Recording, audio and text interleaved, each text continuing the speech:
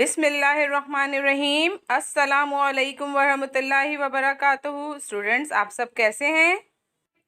आज हम कलीदी लफ्ज़ की पढ़ेंगे। ये क्या लिखा है? की की की। आप भी पढ़िए बेटा मेरे साथ।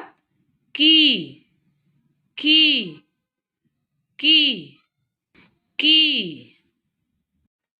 फातिमा की किताब।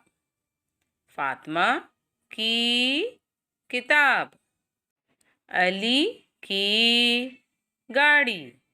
अली की गाड़ी। ज़ारा की बिल्ली। ज़ारा की बिल्ली।